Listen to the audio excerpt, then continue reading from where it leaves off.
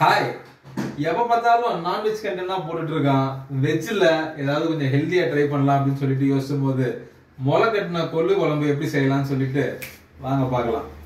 ஒரு கடாயில் 3 ஸ்பூன் எண்ணெய் கொஞ்சம் சூடான பிறகு 1 இன்ச் அளவுக்கான பட்டை, 3 பீஸு கிராம்பு நல்லா கொஞ்சம் ஃப்ரை ஆன பிறகு நம்ம ஏற்கனவே ஒரு வெங்காயம் சின்ன சின்னதாக கட் பண்ணி வச்சுருக்கோம், அதை ஆட் பண்ணிக்கலாம்.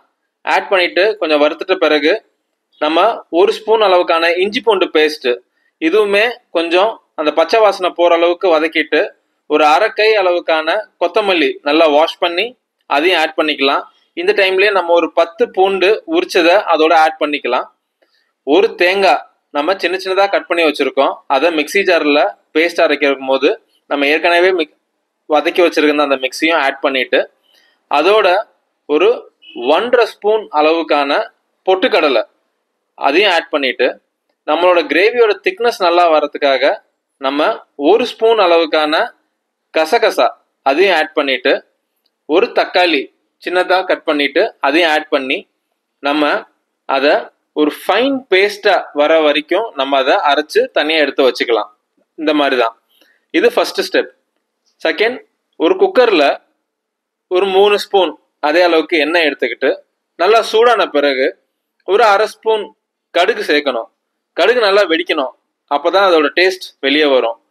அது வெடித்த பிறகு நம்ம ஒரு வெங்காயத்தை சின்ன சின்னதாக கட் பண்ணி வச்சுருக்கோம், அதையுமே ஆட் பண்ணுறோம்.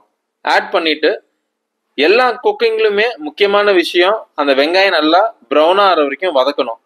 வதக்கும் போதே நம்ம கொஞ்சம் கருவேப்பிலையும் சேர்த்துக்கலாம். ஸோ கருவேப்பிலை வெங்காயம் எல்லாத்தையுமே நல்லா வதக்கிட்டு இருக்கும்போது நம்ம ஏற்கனவே முளைக்கட்டி வச்சுருந்த அந்த கொல்லை எடுத்து இந்த குக்கரில் ஆட் பண்ணிக்கலாம். நார்மலாக நம்ம ஒரு பயிர் சாப்பிடும் போது கிடைக்கிற எனர்ஜியை விட அதை முளைக்கட்டி சாப்பிட்டோம்னா கிட்டத்தட்ட அதோட ஸ்ட்ரென்த் 5 to 10 டைம்ஸ் ஜாஸ்தி ஆகுதுன்னு நிறைய ரிசர்ச்சே சொல்லுது. ஸோ நம்மளோட டெய்லி இன்டேக்கில் முடிஞ்ச அளவுக்கு இது மாதிரி முளைக்கட்டின பயிர்களை ஆட் பண்ணிக்கலாம். இப்போ நல்லா அது ஃப்ரை பண்ணணும். ஃப்ரை பண்ண பிறகு நம்ம இதோட கொஞ்சம் மஞ்சத்தூள் ஃபஸ்ட்டு ஆட் பண்ணுறோம். மஞ்சத்தூளுக்கு அப்புறமேட்டு நம்ம இதுக்கு கல்லுப்பு யூஸ் பண்ண போகிறோம். ஸோ பார்த்தீங்கன்னா ஒரு 1.5 ஸ்பூன் அளவுக்கான கல்லுப்பு ஆட் பண்ணியிருக்கோம். அடுத்து நம்ம என்ன ஆட் பண்ண போகிறோம்னா மல்லித்தூள். இந்த மல்லித்தூள் பார்த்தீங்கன்னா ஒரு 1.5 ஸ்பூன் அளவுக்கு ஆட் பண்ணிவிட்டு அடுத்து நம்ம மிளகாத்தூள் ஆட் பண்ணுறோம். எல்லா குக்கிங்ல பார்த்தீங்கன்னா இந்த மல்லித்தூளுக்கு ஈக்குவலண்டான அளவுக்கு தான் மிளகாத்தூள் ஆட் பண்ணுவாங்க. உங்களுக்கு காரம் கொஞ்சம் ஜாஸ்தி வேணும்னா ஒரு அரை ஸ்பூன் நீங்கள் எக்ஸ்ட்ராவே போட்டுக்கலாம். போட்ட பிறகு இது எல்லாத்தையுமே நல்லா ஒரு சிம்மில் வச்சு நல்லா வதக்குங்க. ஸோ இந்த மிளகா போட்டிருக்க மசாலா எல்லாமே நம்மளோட கொள்ளில் நல்லா மிக்ஸ் ஆகணும். நல்லா மிக்ஸ் பண்ண பிறகு ஒரு தக்காளி சின்ன சின்னதாக கட் பண்ணி வச்சுருக்கோம், அதையும் நம்ம டைரெக்டாகவே ஆட் பண்ணிவிட்டு நல்லா வதக்கலாம். இது நீங்கள் வதக்கிட்டு இருக்கும் போதே உங்களுக்கு ஒரு நல்ல அரோமா கிடைக்கும். இந்த நேரத்தில் நம்ம ஏற்கனவே அரைச்சி வச்சுருக்கிற பேஸ்ட்டை இதில் ஃபுல்லாக ஆட் பண்ணிவிட்டு நல்லா இன்னும் கொஞ்சம் நேரம் ஃப்ரை பண்ணலாம்.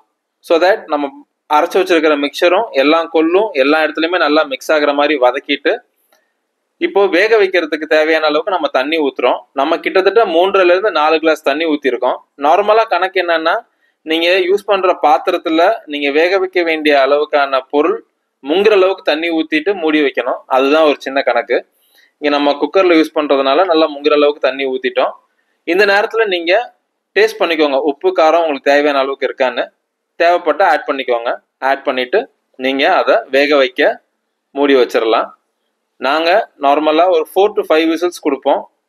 ஆன பிறகு நீங்கள் இதை ஓப்பன் பண்ணி பார்த்தீங்கன்னா உங்களோட கொள்ளு குழம்பு ரெடி. பாருங்க, சும்மா சூப்பராக இருக்கா.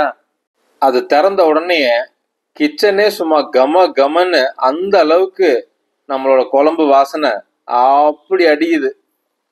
எப்படி இருக்கு பாருங்க. நல்லா நம்மளோட கொள்ளு எல்லாமே நல்லா வெந்திருக்கு. நீங்களும் உங்கள் வீட்டில் இதை ட்ரை பண்ணி பாருங்க. ரொம்ப simple, at the same time very very healthy.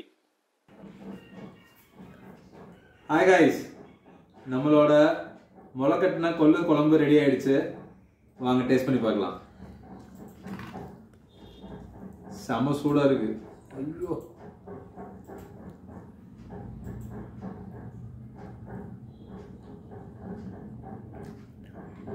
பட்டு சூப்பர்.